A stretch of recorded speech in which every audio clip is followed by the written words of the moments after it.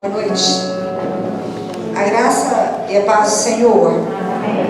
Abre a sua Bíblia, por favor, lá no Evangelho de Marcos, no capítulo de número 7. E nós vamos fazer a leitura a partir do verso de número 20. Evangelho de Marcos, capítulo de número 7.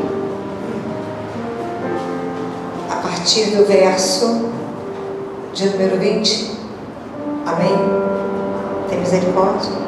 Diz assim: e continuou: o que sai do homem é o que o torna impuro, pois do interior do coração dos homens vêm os maus pensamentos, as imoralidades sexuais, os roubos, os homicídios, os adultérios, as cobiças, as maldades, o engano, a devassidão, a inveja, a calúnia, a arrogância e a insensatez.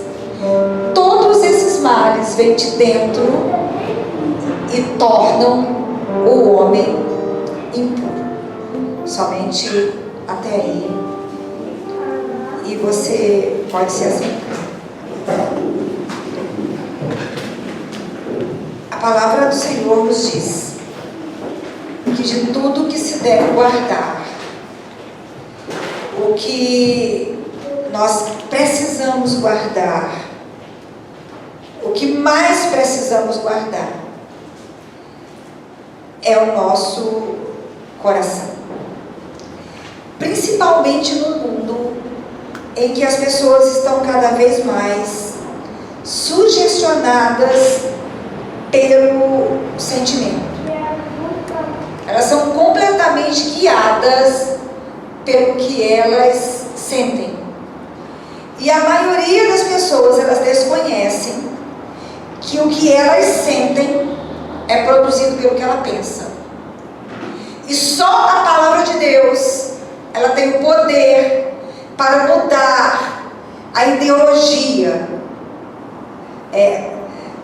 a matiz, né? O pensamento de alguém. Só a palavra de Deus. As pessoas acham mais fáceis se deixar guiar pelos seus desejos, pela sua apatia, pelos seus medos. Elas não prestam atenção no seu coração. E existe, uma pergunta que se faz necessária. Você se interessa pela condição da tua alma? Você já se perguntou como é que Deus está vendo a tua alma? Você já parou para pensar que um dia o Senhor, Ele vai lhe pedir conta pela sua alma? O Senhor não vai perguntar pelo que você fez, Ele não vai perguntar pelo que você construiu, e Ele não vai pedir uma média das opiniões das pessoas sobre você. Ele não vai perguntar pelos seus sentimentos, Ele vai perguntar pela situação da tua alma. Se a tua alma é uma alma que se estribou na graça, se a tua alma é uma alma que encontrou o caminho do arrependimento, se a tua alma recebeu o poder purificador do sangue de Jesus, se o Senhor teve liberdade para refazer a tua alma, se foi encontrado dentro da tua alma bondade e amor, remissão, se a tua alma encontrou, ela se desenvolveu na direção de ser redimida ou não. E disso vai depender para que seu corpo será ressuscitado.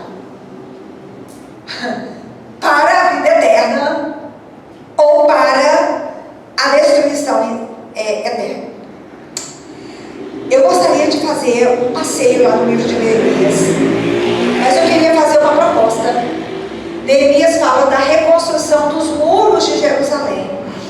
Mas eu gostaria de te propor que analisássemos esta Jerusalém, conforme Tiago e Carta aos Hebreus dizem, que a Jerusalém de Deus, ela também está dentro de nós, há dentro de nós a nova Jerusalém. Compara a nossa alma com a cidade de Jerusalém. Então, todas as vezes que nós lermos o nome Jerusalém, você vai entender que está se perguntando ou se explanando a respeito da sua alma. Lá no livro de Neemias, do capítulo de número 1, a partir do verso de número 1, diz assim: as palavras de Neemias, filho de Acalias, no mês de Quisleu, no 20º ano, enquanto eu estava na cidade de Suzã. Anani, um dos meus irmãos, veio de Judá com alguns outros homens, e eu lhes perguntei acerca dos judeus que restaram, os sobreviventes do cativeiro, e também sobre Jerusalém. Eu vou dar uma pausazinha aqui. É interessante que o Neemias, ele estava lá na tranquilidade da sua vida, no conforto da tua profissão. Ele era copeiro do rei. A vida externa do Neemias, pessoal do Neemias, ela estava muito bem. Não tinha nada de errado com a vida do Neemias. E de repente o Neemias recebe um irmão e junto com ele alguns amigos, e ele pergunta a respeito dos judeus que foram repatriados do cativeiro, e ele faz uma pergunta a respeito da cidade de Jerusalém. E olha a resposta que ele recebe, lá no verso de número 3. E eles me responderam: aqueles que sobreviveram ao cativeiro e estão lá na província passam por grande sofrimento e humilhação. O muro de Jerusalém foi derrubado e as suas portas foram destruídas pelo fogo. As notícias que o Neemias recebe sobre os judeus repatriados e sobre Jerusalém, elas são devastadoras. Jerusalém estava devastada, a destruição assolava e o sofrimento aumentava na vida daquele povo, porque os muros daquela cidade, eles estavam derrubados, eles estavam no chão. E aí, uma pergunta, ela se impõe. Você já se perguntou como está a sua Jerusalém? Como está a sua alma? Os seus olhos, eles se voltam para o teu coração, a fim de entender como Deus vê o teu interior. Quando a gente vai crescendo um pouco na graça, e o Espírito Santo vai nos dando a graça de perceber o mundo através de alguns dons, a gente vê o espiritual como se fosse natural. E como tem pessoas que são pesadas, verdadeiros boingues. Como tem pessoas, casas que espiritualmente elas são pesadas. Às vezes a pessoa ela não sabe, mas ela é pesada, ela traz dificuldades, ela atrai um desconforto, ela instaura toda uma confusão. E muitas das vezes ela mesma não sabe. E é interessante que às vezes nós achamos que o que vai determinar a nossa sorte, a nossa história, é a imagem que as pessoas têm de nós, é a avaliação que as pessoas fazem de nós. E na verdade Jesus disse que não é nada disso. Jesus disse que o que traz a contaminação para o ser humano é aquilo que sai de dentro dele. E é é interessante que Jesus ensinando isso, você passa a saber que tem coisas que contaminam a sua alma.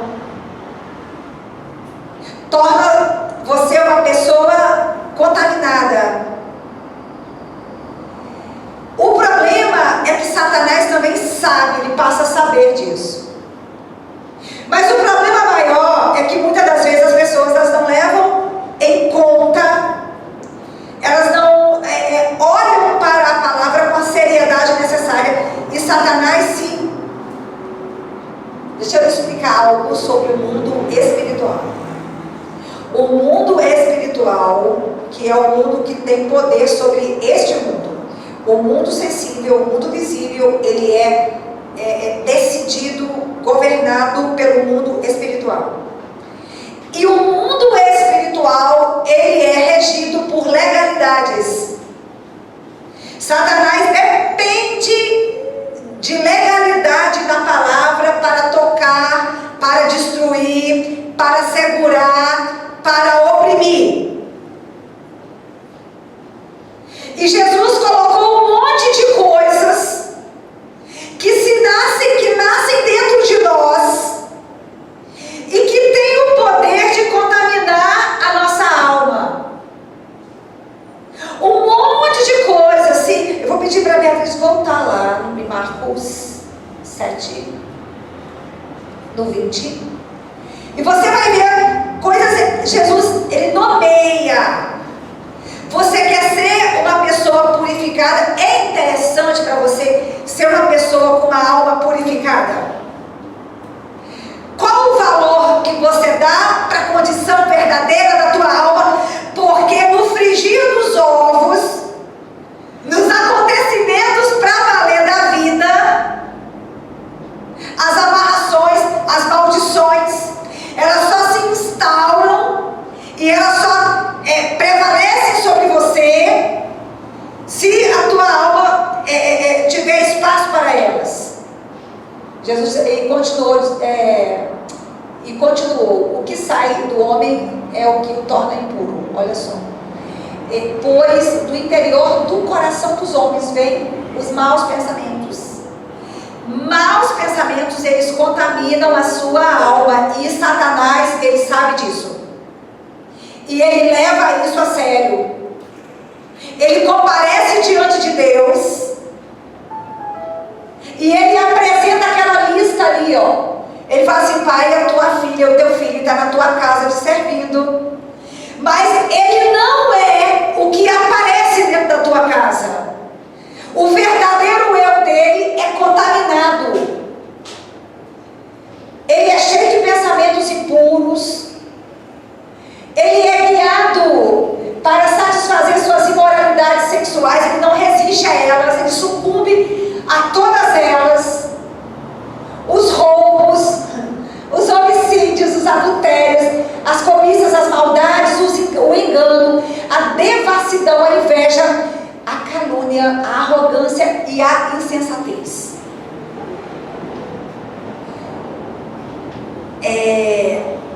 Dessa forma, o maior inimigo da sua alma pode ser o demônio que se apresenta como o seu verdadeiro eu. As pessoas, elas se preparam para enfrentar um demônio que se apresente com chifre, com garfo, tridente, com cheiro de enxofre. E na verdade a contaminação, ela está lá dentro da tua alma, é maligno, é diabólico. Quando Jesus fala, contamina, coloca o mal em você. É diabólico e é acolhido pela alma. Eu não sei se eu estou conseguindo me fazer entender. Qual é o demônio que a gente não consegue expulsar? Que as pessoas acham que a pastora, mas manifestou, babou, né? Tem já, olha, a pastora roncou. Tem demônios que roncam como porcos de verdade. E as pessoas ficam assustadas. Pastora, serpenteou como uma cobra. Você coloca a mão e você manda embora. E ele vai, porque ele não pode resistir à autoridade de Jesus em você. Não são demônios difíceis.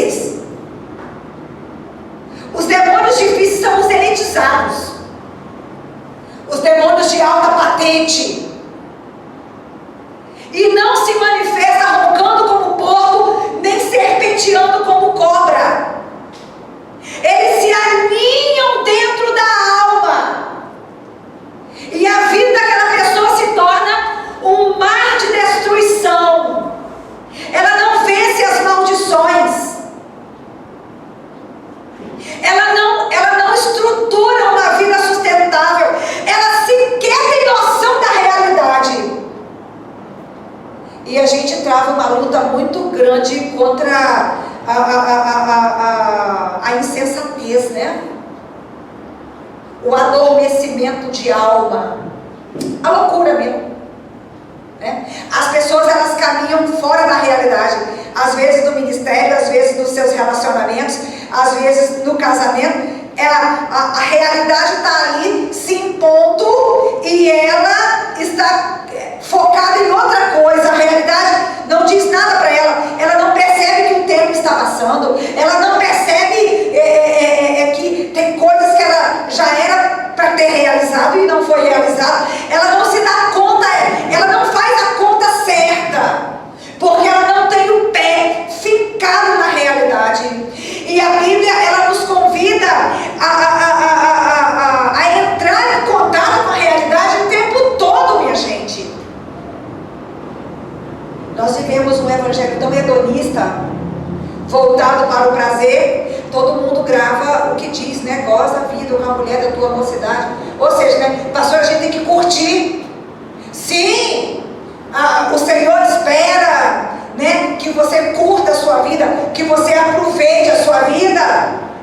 Mas o Senhor também, a mesma Bíblia que diz que você tem que aproveitar a vida, é a Bíblia que diz que você tem que entrar em contato com a realidade.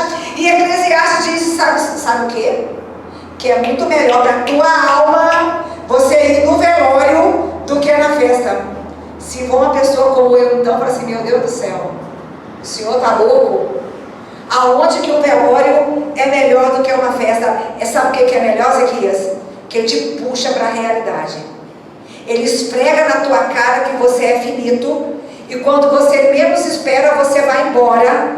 Então você não pode focar o teu olho naquilo que é sensível aos olhos, naquilo que é perceptível com os sentidos, que você precisa colocar o teu olho naquilo que é construído através da palavra do Senhor, aquilo que é do interesse do nosso Deus.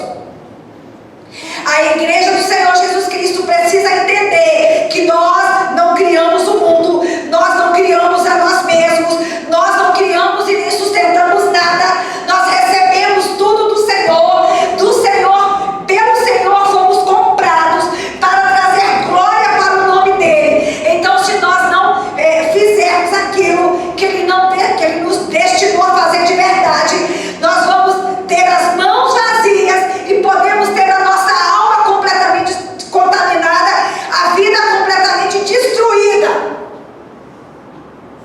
porque o mal está inerente, parece que nasceu junto, é de lá. Só que o sangue de Cristo liberta de todo pecado e raiz de iniquidade. O sangue de Cristo arranca do mais profundo do nosso ser qualquer dimensão de contaminação de alma. Acontece que as pessoas, elas se preocupam com tudo, mas elas não se preocupam com a sua alma. Às vezes as pessoas se preocupam com a alma dos outros. Elas ficam falando do valor da alma. Tem um monte de música que fala do valor da alma, mas nunca a alma própria. Muitas das vezes a igreja do Senhor Jesus Cristo, ela tem uma sede por ganhar almas, e isso é santo e legítimo. Só que a alma que te interessa, que tem que te interessar antes de todas as almas, a sua própria. Ninguém dará conta pela sua alma, só você responderá por ela. Consegue entender isso? É interessante que Neemias, quando recebe um irmão e alguns companheiros, e aí ele pergunta como estão os irmãos que foram repatriados e como está Jerusalém. E você pergunta assim, como está a minha alma? A vida de Neemias estava bem, estava muito bem colocado no conforto da sua profissão. E ele pergunta por Jerusalém. Por que ele pergunta por Jerusalém? Porque o interesse dele estava em Jerusalém. É interessante que quando você olha para a vida do Neemias, ele não era um homem interessante. E ele aparece na eternidade como uma pessoa interessantíssima. Ele fez algo de fundamental importância para o reino, pro reino de Deus. E ele se torna uma pessoa mais carismática do que sacerdotes, do que escribas, do que autoridades. Um copeiro se torna mais persuasivo, ele convence mais do que grandes autoridades. Aí talvez você fale assim, pastora, o que faz uma pessoa se tornar interessante? As pessoas acham que é o dinheiro que ela tem, a aparência, né? A juventude, o quanto de fama, a popularidade. Nada disso faz ninguém ser interessante. Inclusive a nossa sociedade, né, tem uma dimensão estética, um apelo estético, né? A nossa sociedade tem um apelo estético muito grande, um apelo científico, tecnológico, né? Que nos envolve a todos. Então, o que mais tem é gente culta, gente sarada, gente bonita, gente jovem, gente talentosa, gente famosa. Mas você sabe o que torna uma pessoa interessante? Sabe qual é o traço que fez de Neemias um homem diferente de todos da sua época?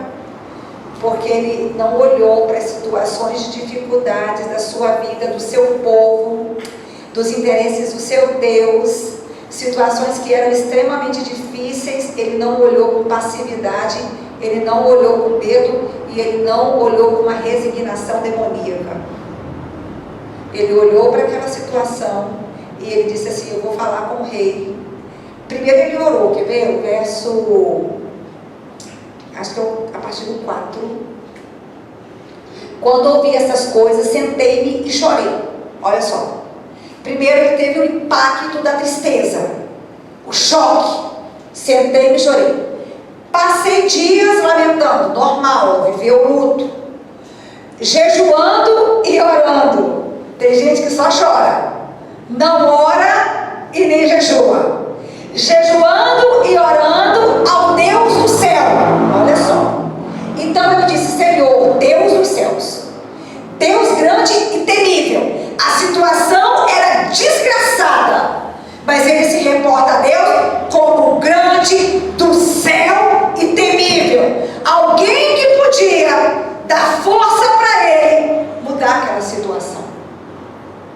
Fiel à aliança, olha, e misericordioso com os que o amam e obedecem aos teus mandamentos. Eu vou ler o 6. Que os teus ouvidos estejam atentos e os teus olhos estejam abertos para ouvir a oração que o teu servo está fazendo de dia e de noite diante de ti em favor dos teus servos, o povo de Israel.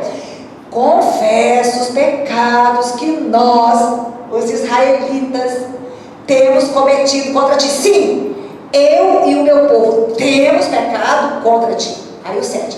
Agimos de forma corrupta e vergonhosa contra ti. Não temos obedecido aos teus mandamentos, aos decretos, às leis que destes ao teu servo Moisés.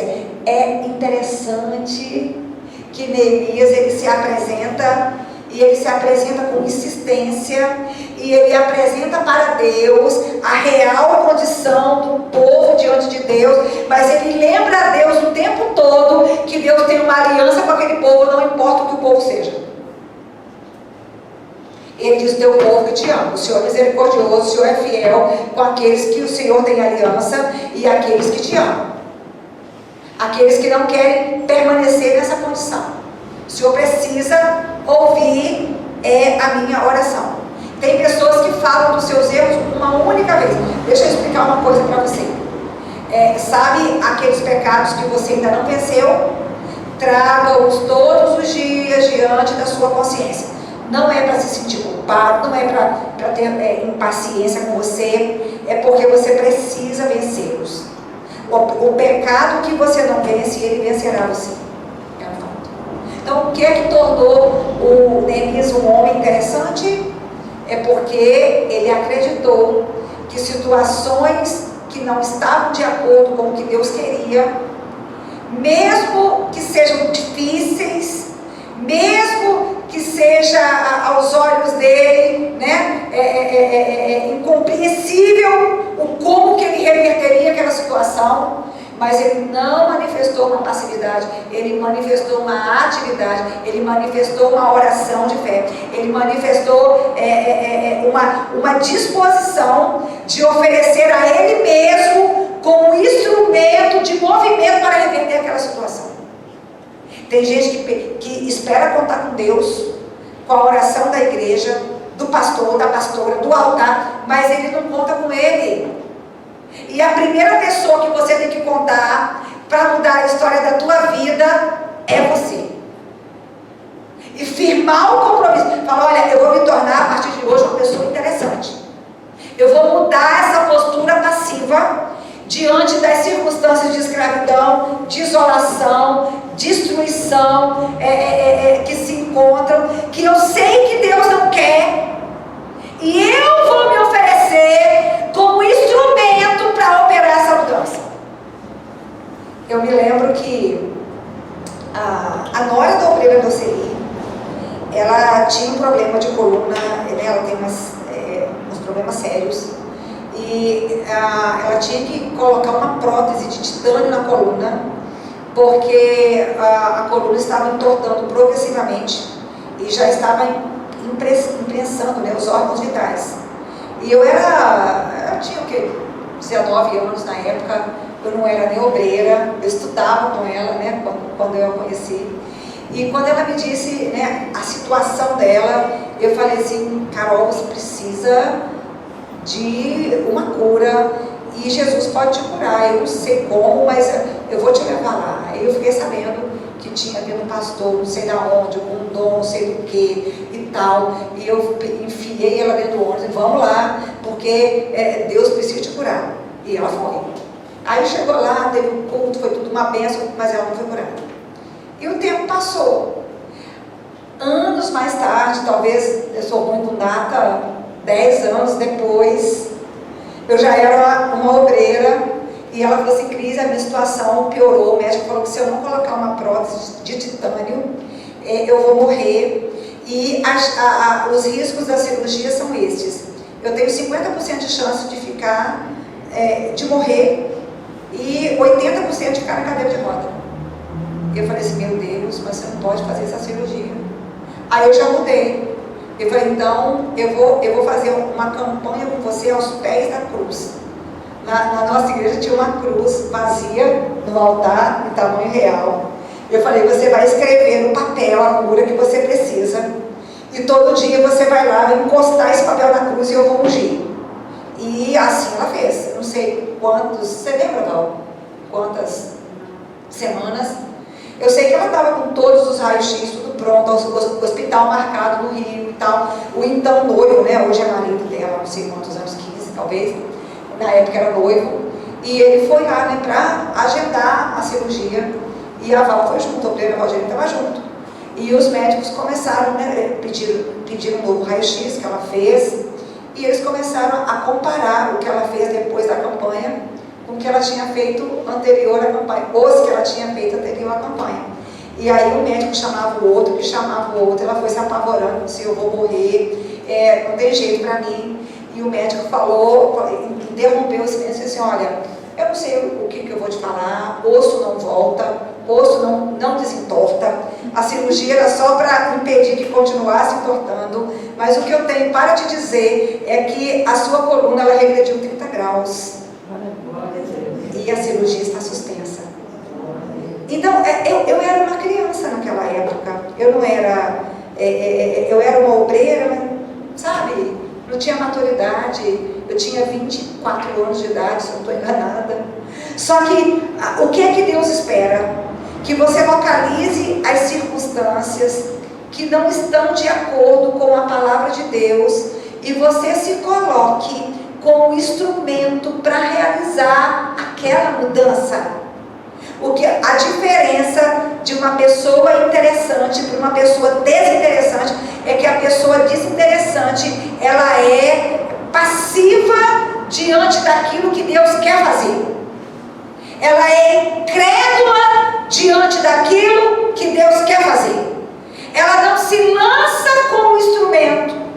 Tem gente que nem quer saber como é que estão as coisas que Deus quer mudar, porque ele não quer se comprometer. E o Neemias, ele teve essa presença de espírito. E por que Jerusalém estava destruída? Porque os muros da cidade estavam jogados no chão, tornados um monte de ruínas e queimado no fogo. Tem gente que vem para a casa de Deus, ouve a palavra de Deus, o Espírito Santo fala com ela, a fé passa a pulsar dentro do espírito dela, mas ela sai da igreja e ela perde aquela palavra. É interessante que Satanás, ele sabe que esses sentimentos que Jesus se referiu contaminam a alma. Grava isso, ele sabe. Ele vai dar um jeito de gerar esses sentimentos, de fazer a tua alma nutrir esses sentimentos. Grava isso. E ainda vai trazer para perto de você pessoas que vão validar aquilo, vão te apoiar naquilo. Gente que vai te dar razão, vai dizer: não perdoa mesmo não. No quê? Não aceita mesmo não. Isso é uma acusação contra você. Você não é ruim, você é bom.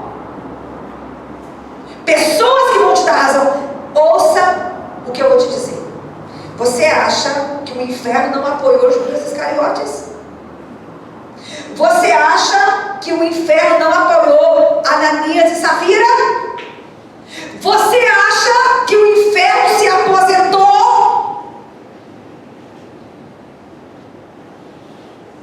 É preciso que você olhe para a sua alma. Tenha os seus olhos voltados para a condição da sua alma. É necessário que os seus olhos percorram toda a extensão do muro que deveria estar blindando a sua alma.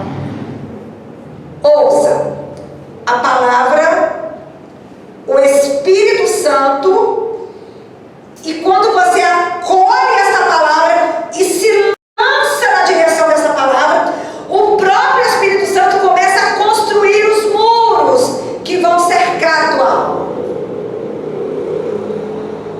E esses muros vão construir em torno da sua alma sentimentos que são exatamente o contrário daqueles que Jesus citou que contamina. Vai construir humildade, vai construir gratidão, vai construir perseverança, vai construir iniciativa, vai construir discernimento. O Espírito Santo tem que construir essas coisas dentro da sua alma, porque essas coisas serão um muro de proteção que vão blindar a sua alma. Mas se você não for lá e não fizer o que o Neemias fez, o Neemias foi lá, ele percorreu, ele olhou toda a extensão do muro, ele dimensionou o quanto aquele muro estava em escombros, em ruínas. E ele, com a sua equipe, se lançou como principal instrumento para a reconstrução daqueles muros. A gente precisa olhar para a nossa alma e a gente precisa olhar para Deus, fazer esse movimento, que às vezes a pessoa olha para a alma dela e não vê muro de proteção nenhum. Quando a gente não vê muro de proteção nenhum, aí a murmuração domina a pessoa. Por quê? Porque não tem humildade construída ali dentro. A fraqueza domina a pessoa, o medo domina a pessoa, porque não tem memória daquilo que foi feito pelo Senhor, dos testemunhos de que o Senhor já fez na vida dela. É preciso colocar pedras, né? Empilhar pedras como memorial. e dizer até aqui, né? Ebenezer. Como disse o profeta, Ebenezer, até aqui me ajudou o Senhor. Porque essas lembranças torna atual para você o tamanho da força do seu Deus. E aí você passa a saber que o inimigo é grande, mas ele é menor do que o seu Deus. E a sua fé vai superando aquelas realidades. Mas se não existe um muro sendo construído, se você percorre, se você encontra lá dentro da sua alma aquilo que Jesus falou, o muro está no chão. Ele fala, pastora, como é que eu vou saber, né, se o muro da minha alma está no chão? Dá uma olhada, pede o Espírito Santo para ir junto com você. Porque às vezes a gente não dá conta de saber quem nós somos, o que de verdade nos habita. O nosso inconsciente monta uma barreira tão forte que as pessoas podem desenhar e a gente não vê.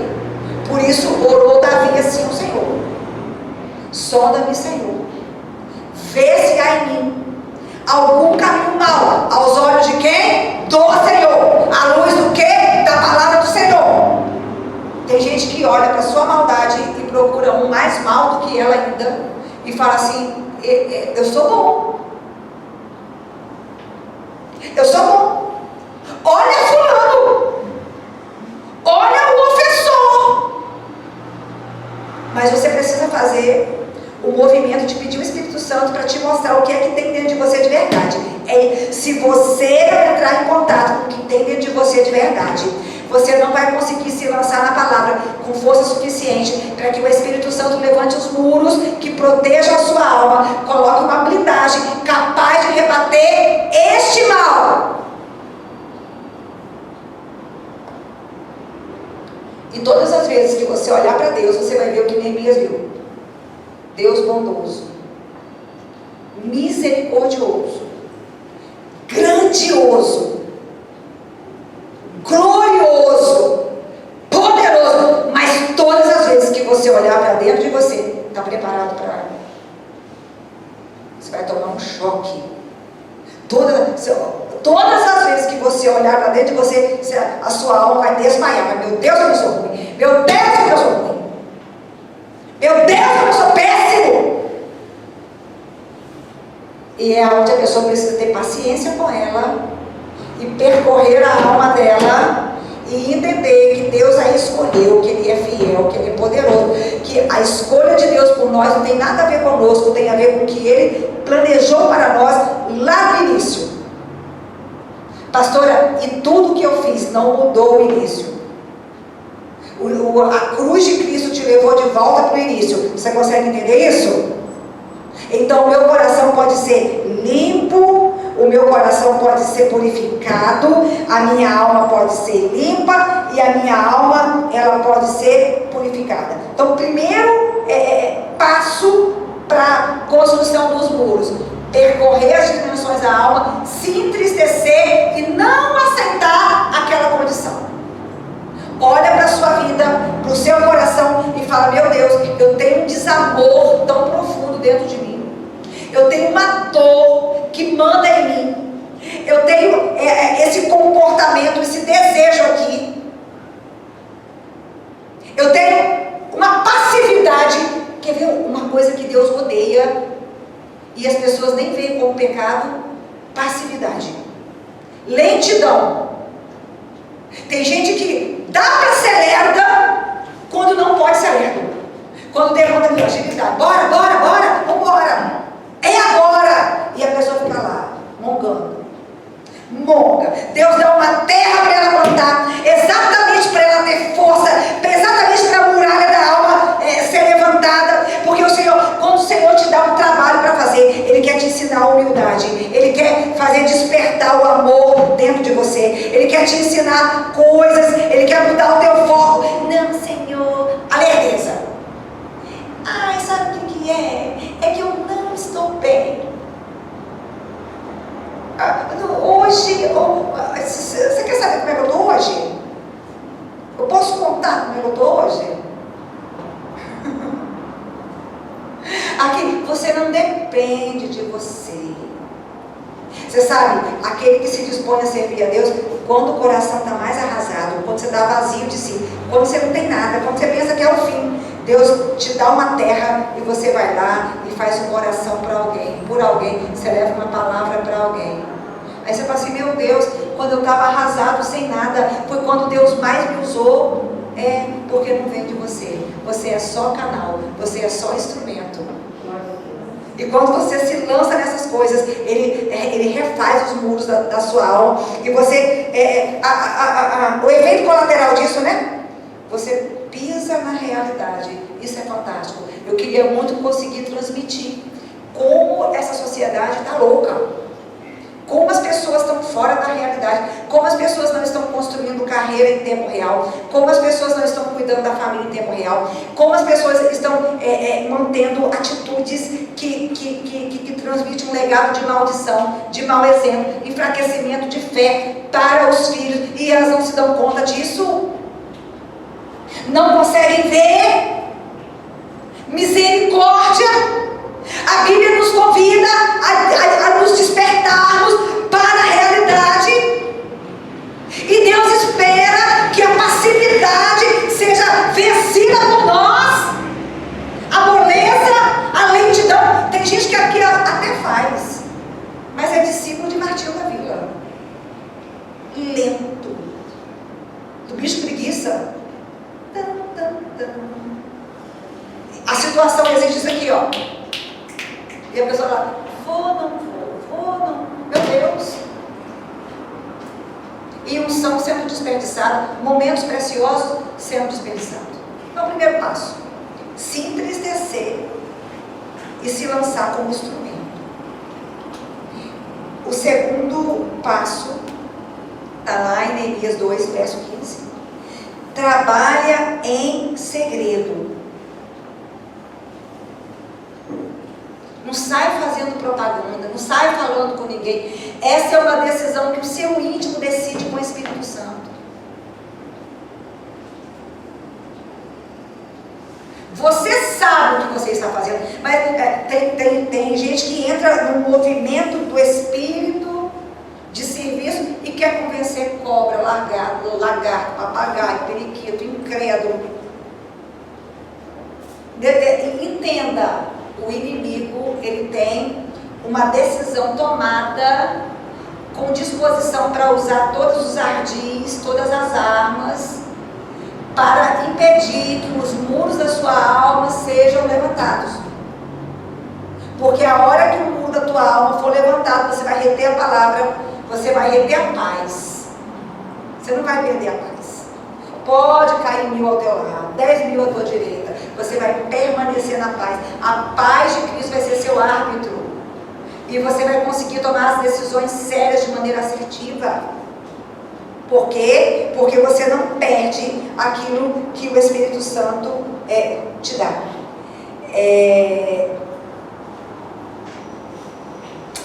O 16 diz assim, os oficiais não sabiam onde eu tinha ido ou o que eu estava fazendo, pois até então eu não tinha dito nada aos judeus, aos sacerdotes, aos nobres, aos oficiais e aos outros que iriam realizar a obra. Ninguém que não estivesse comprometido com o trabalho ficou sabendo. Entendeu isso ou não? Quem sabia? Ele e quem estava envolvido no trabalho com ele. Ai, pastora, eu quero compartilhar, que é para outra igreja saber, que é para o outro ministério saber, que é para o irmão que não está nem aí saber. O terceiro passo, Neemias 4, o verso de número 1. O inimigo, ele tem uma cólera específica. Específica. Diz assim, quando Sanbalat soube que estávamos reconstruindo o muro, ficou furioso, ridicularizou os judeus. Eu nem vou ler o 2, mas leia em casa o livro de... Então, você tem que saber, precisa de segredo. As coisas espirituais você não pode sair falando para quem não entende. Pastora, é mamãe, mas ela não entende. Você vai dar espaço para que o inimigo consiga se impor e te sabotar. Neemias 4, verso de número 6. Isso é importante. Nesse meio tempo, fomos reconstruindo o muro até em toda a sua extensão. Chegamos à metade da sua altura, pois o povo estava totalmente dedicado ao trabalho. É interessante, você precisa ter uma noção, né? Faça um compromisso com você nessa noite. Fala, eu vou voltar os meus olhos para o interior do meu coração, para saber qual é a real condição da minha alma diante do Senhor. E eu vou prestar atenção em como estão os andamentos dos muros, que rebatem todos aqueles sentimentos que trazem a maldição, que o diabo está nele e que está me fazendo cair e retroceder naquilo que Deus tem para mim. Aí tem gente que olha e fala assim, o muro já está na metade, que maravilha. Aí tem uma pergunta que você tem que responder para você. A altura do muro da tua alma, ela é compatível com a densidade dos ataques que são feitos contra você? Tem gente assim, pastora, eu não entendo, fulano faz isso, Beltrano faz aquilo, não é punido, não é punida. Eu só fiz isso. Você precisa dar uma olhada para a altura dos muros da tua alma, de acordo com os desafios que você enfrenta. Você sabe o quanto a luxúria te perturba. Você sabe o quanto a ganância te perturba. Só você consegue saber o quanto que o desamor te habita, o quanto o amor é falido dentro da tua alma, o quanto você é mentiroso, futriqueiro, o quanto você faz a obra para o demônio dizendo que é para Deus. Só você sabe. Então é por isso que é você que tem que ir lá ver a altura do muro e não comparar com o muro de ninguém, com os desafios da sua própria alma. O verso de número 10 do capítulo 4 diz assim: enquanto isso, o povo de Judá começou a dizer, os trabalhadores já não têm mais forças e ainda há muito entulho. Por nós mesmos não conseguiremos reconstruir o muro. Presta bem atenção. O inimigo até tem o poder de te impedir ou retardar a construção do templo. Ele teve, no caso de Neemias, mas ele não teve poder para impedir o povo de reconstruir o muro. Só uma coisa pode te impedir de reconstruir os muros que vão proteger a tua alma: o teu cansaço. Cuidado com o cansaço. O cansaço é perigosíssimo, porque é o único capaz de parar você na construção dos muros que vão proteger a sua alma. A gente precisa saber que Satanás, ele procura brechas e ele nos ataca, e a gente precisa de gratidão para vencer a tristeza, discernimento para vencer o engano, sobriedade e equilíbrio de olhos para vencer a feitiçaria, a magia, os encantamentos. A gente precisa de quebrantamento de coração para vencer a religiosidade que traz a glória para o homem e as heresias. A gente precisa de reconstruir as muralhas com memórias dos feitos do Senhor, do passado, para que a gente possa vencer o desânimo, o cansaço, a apostasia.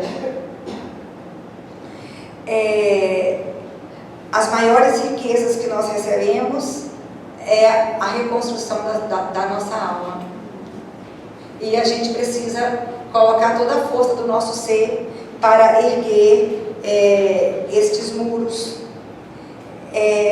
O verso 6, o capítulo 6, o verso 1, a gente precisa tomar cuidado, porque quando o muro fica pronto, olha, quando Sanbalat, Tobias e Gesem, o árabe e o restante dos nossos inimigos souberam que eu estava reconstruindo o muro e que não havia ficado nenhuma brecha, embora até então eu ainda não tivesse colocado as portas nos lugares, Sanbalat e Gesem mandaram-me a seguinte mensagem: venha, vamos nos encontrar num dos povoados da planície de Ono. Eles, contudo, estavam tramando fazer mal. Presta atenção. Quando não houver mais brecha para que o inimigo ataque as suas fraquezas, ele vai atacar a sua força. Pastora Cris, qual é a saída? A saída é você viver na dependência do Espírito. Ah não, pastora, eu fechei todas as brechas, eu não tenho brecha nenhuma, a justiça própria pode te derrubar. Está entendendo? O orgulho pode te derrubar. A falta de vigilância pode te derrubar. E para finalizar,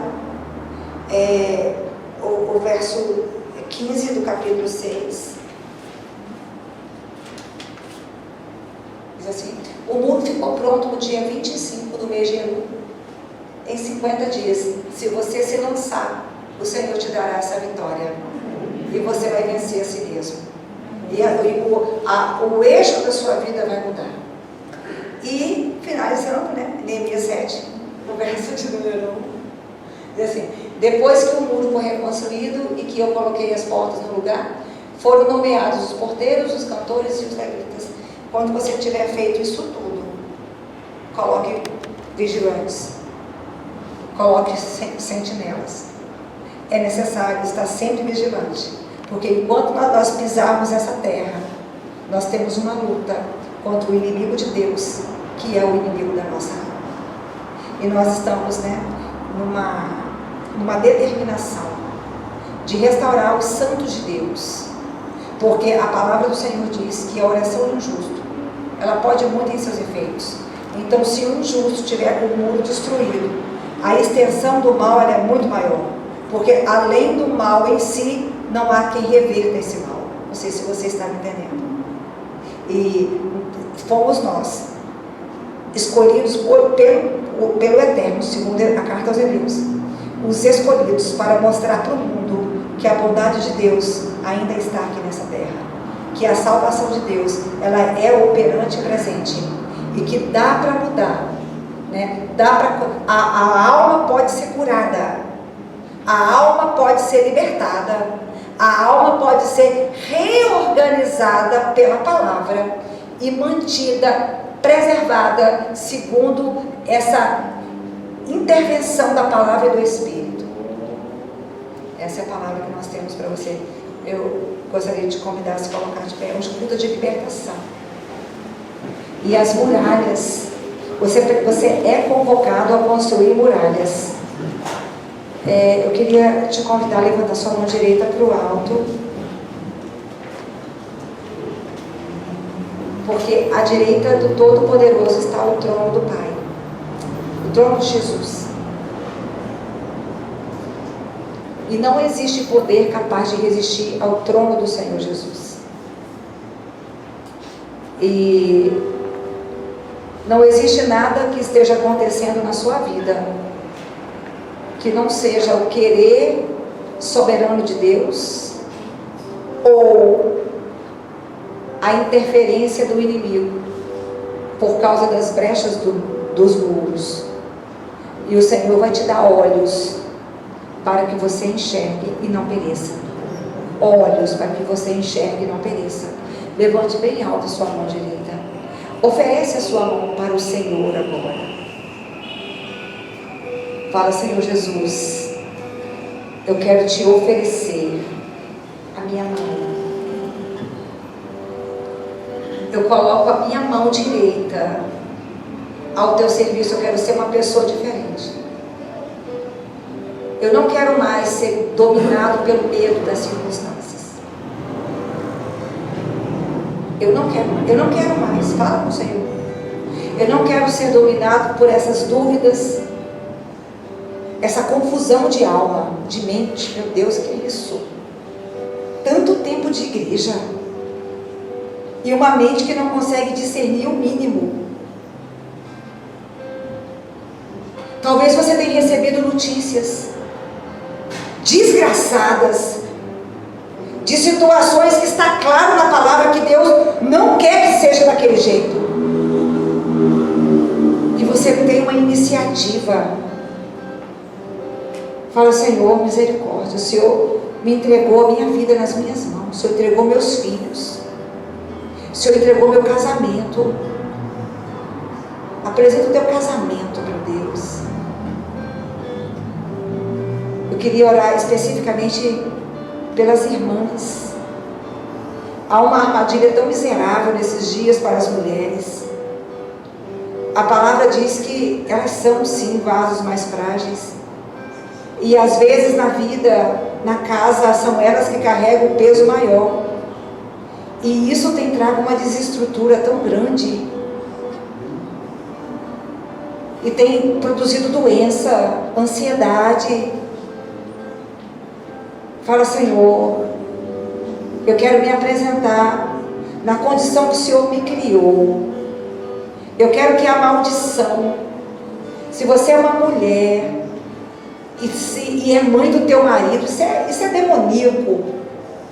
Fala, eu preciso que a minha alma se estruture de forma que eu não aceite mais essa situação, que eu saiba me colocar de acordo com a tua palavra. Fala, Senhor, não permita que eu, se você é solteira, não permite que eu me case com um homem que não queira amadurecer, que vai ficar um velho com mente de adolescente, sem discernimento, deixando o peso da vida todo nas minhas costas e me fazendo brigar contra a autoridade dele. E eu estou vivendo esse inferno, meu Deus. Mas o Senhor criou as mulheres, e o apóstolo Paulo diz, lá em carta aos Romanos, que diante do Senhor já não tem homem e nem mulher. Então o Senhor me escuta, o Senhor me ouve, não tem diferença. E eu quero me apresentar, eu quero me apresentar, porque eu não quero aceitar essa situação de solidão. Talvez você não já passou da hora, já era para você ter se casado, só aparece marginal. Fala, Senhor, o Senhor disse que não faltaria varão para aqueles que andassem segundo os seus mandamentos. É por isso que eu quero purificar a minha alma, porque eu não posso aceitar essa maldição. Se os homens da minha família, eles pecaram, e por causa disso, ou eu fico com um marginal, ou eu fico sozinha. Mas hoje o Senhor vai quebrar essa maldição na minha vida. Hoje o Senhor vai se levantar no teu trono.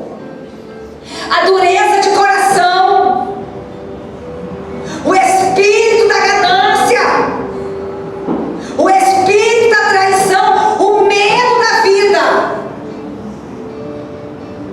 o medo do demônio, o medo dos encostos, o medo da doença. Eu não aceito, meu Deus. Me ajude a levantar os muros, porque eu não vou sucumbir de novo. Essa derrota, esse sofrimento, esse caos, não é o que o Senhor desenhou para mim, me destinou. Então me dá inteligência, sabedoria. Você tem fé para colocar a tua vida nas mãos dele? Tem fé, mas cuidado, que ele vai tirar um monte de coisa, ele vai tirar um monte de gente.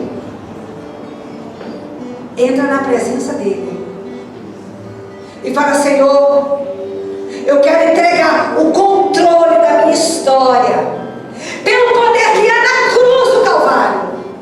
Eu me recuso a viver uma vida guiada pelas contaminações da minha alma. Fala com o Senhor. Agora levanta bem alto a sua mão. Diga comigo, Senhor meu Deus, põe fogo do céu sobre a minha mão. Agora põe a sua mão direita no alto da sua cabeça. Na sua cabeça reside o teu cérebro. E o teu cérebro, ele é a sede da tua alma. Presta atenção. Diga assim comigo, Senhor meu Deus, faça com que o teu poder, ele venha queimar, na sede da minha alma, aonde está alojado, o medo da vida, a falta de intrepidez, a falta de amor, o reino e o domínio da dor, o espírito de tristeza, de ansiedade, o controle da morte. Meu Deus, visita agora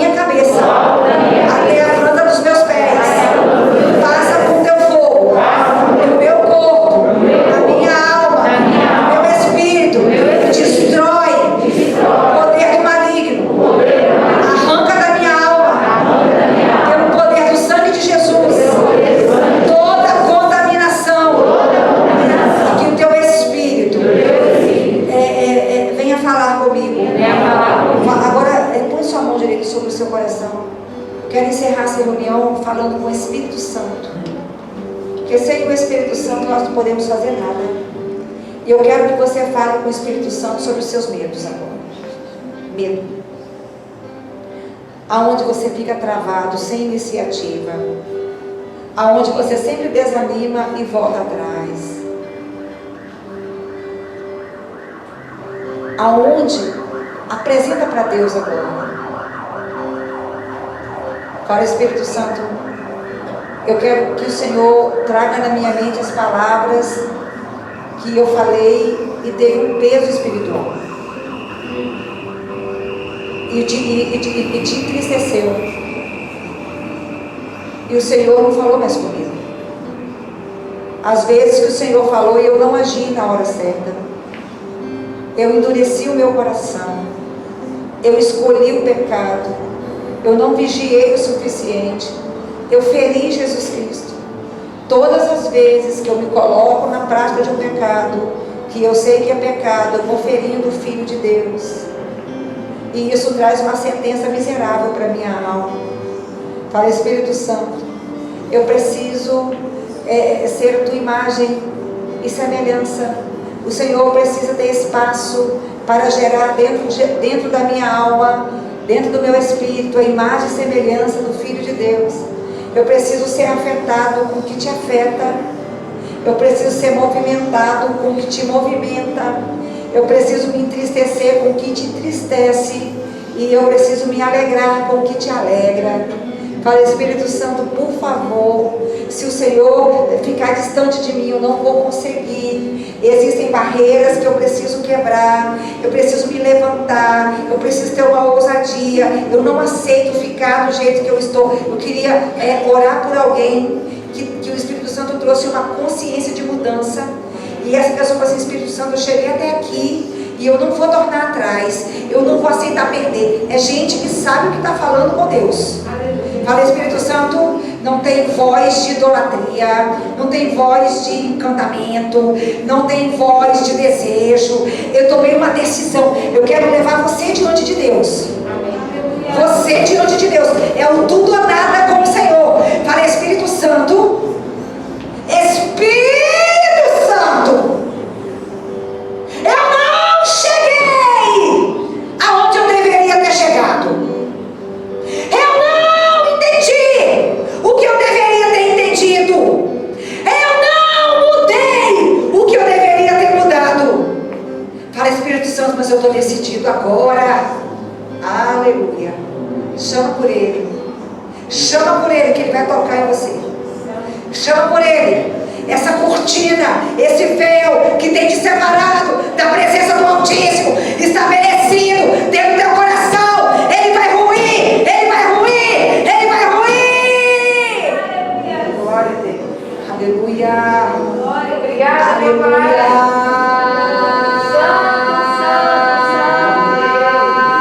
Faz declarações agora na presença do Espírito Santo.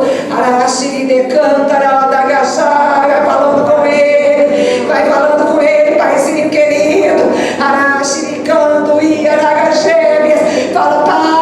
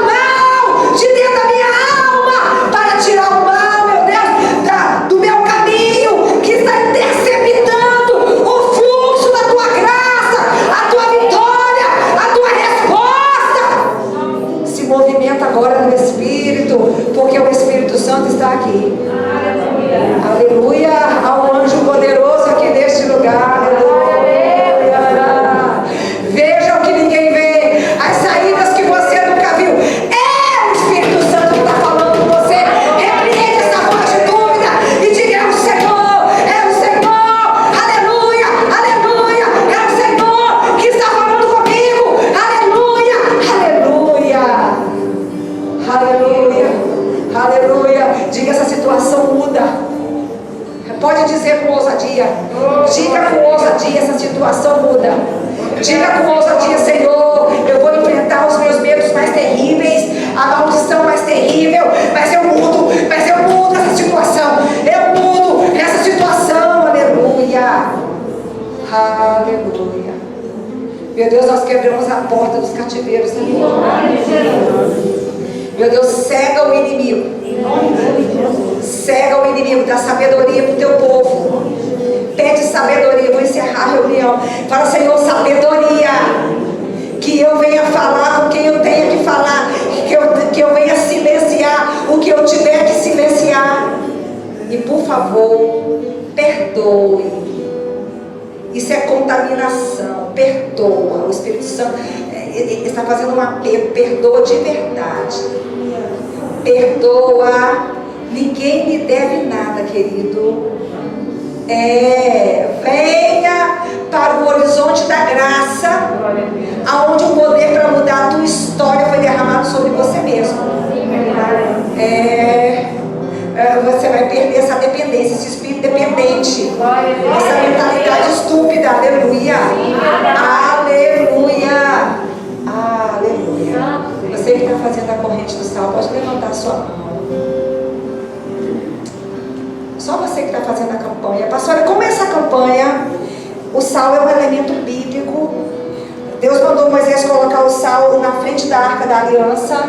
E ele disse que o sal era um símbolo da perpétua presença de Deus no meio do seu povo. Me permita dizer que os símbolos bíblicos, eles não são vazios de sentido, nem de significado, e muito menos de poder. Portanto, a palavra de Deus diz que Davi venceu todas as batalhas no Vale do Sal. E o profeta Eliseu, quando quis morar numa terra que era boa, mas as águas eram amargas, ele jogou sal dentro de uma água e houve uma grande transformação. O Senhor nos deu essa revelação. E nós temos vivido à luz de muitos milagres. E hoje nós vamos ordenar um milagre para este sal. Se você não for fazer 7 sextas-feiras, não pegue. Levanta bem alto. E isso é para você, Maria Rosana. Tem lugares específicos que você vai jogar esse sal. E tem a ver com o que você me mandou.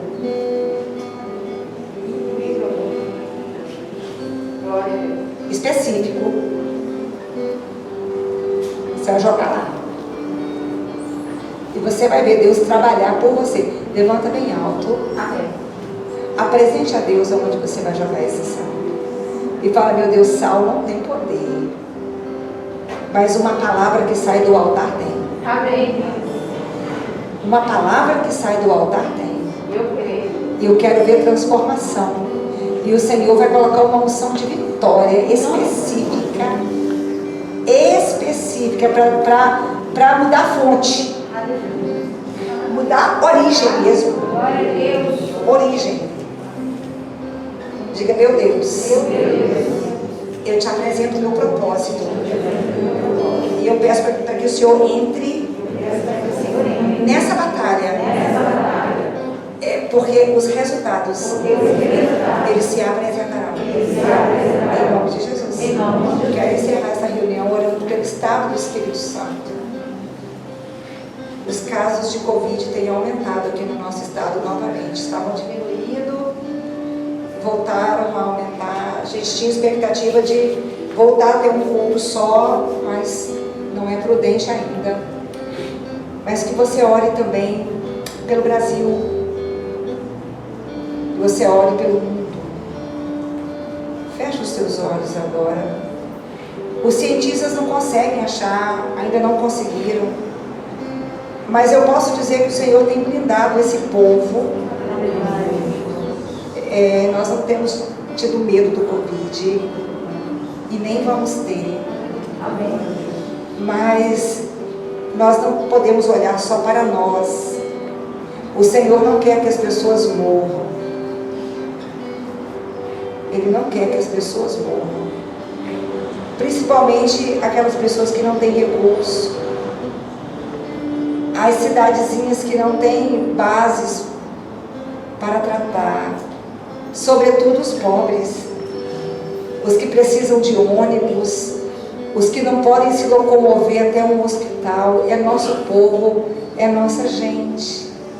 Fala, Deus, venha curar a nossa terra, venha ter misericórdia do nosso povo, os nossos idosos, as nossas crianças, os nossos homens, as nossas mulheres, os nossos adolescentes, as nossas crianças.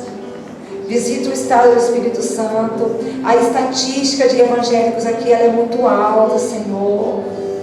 Mas eu peço para que o Senhor venha visitar a qualidade da igreja do Espírito Santo, que o Senhor venha curar os santos, curar o coração dos santos, meu Deus, para que a tua igreja venha vencer as contaminações. Nós te pedimos, meu Senhor, venha blindar aqueles que são mais frágeis, venha trazer paz para a alma das pessoas, para que elas consigam fazer isolamento, para que elas consigam se proteger. Meu Deus, nós oramos pelo Brasil, os índios, as pessoas em condição de quilombola. Nós oramos pelo mundo, os continentes menos favorecidos, os países menos favorecidos.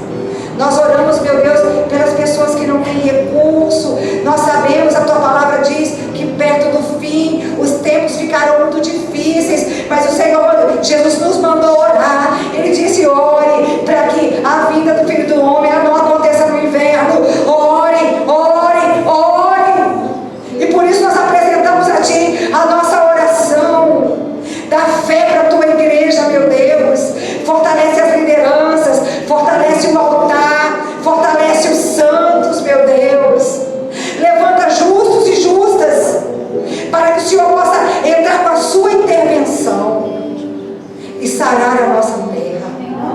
É o que nós te pedimos, em nome do Senhor Jesus. Obrigada, meu Deus, por esta reunião. Leva-nos para os nossos lares sob a guarda protetora da sua mão. Livra-nos de todo acidente, de todo incidente. Que o amor de Deus, consolação do Pai e a doce presença do Santo Espírito do Senhor seja sobre todos vós. Sempre igreja, amém. Cumprimente o seu irmão, olhe dentro do olho dele e diz assim: a paz do Senhor, vai em paz, que o Senhor te abençoe.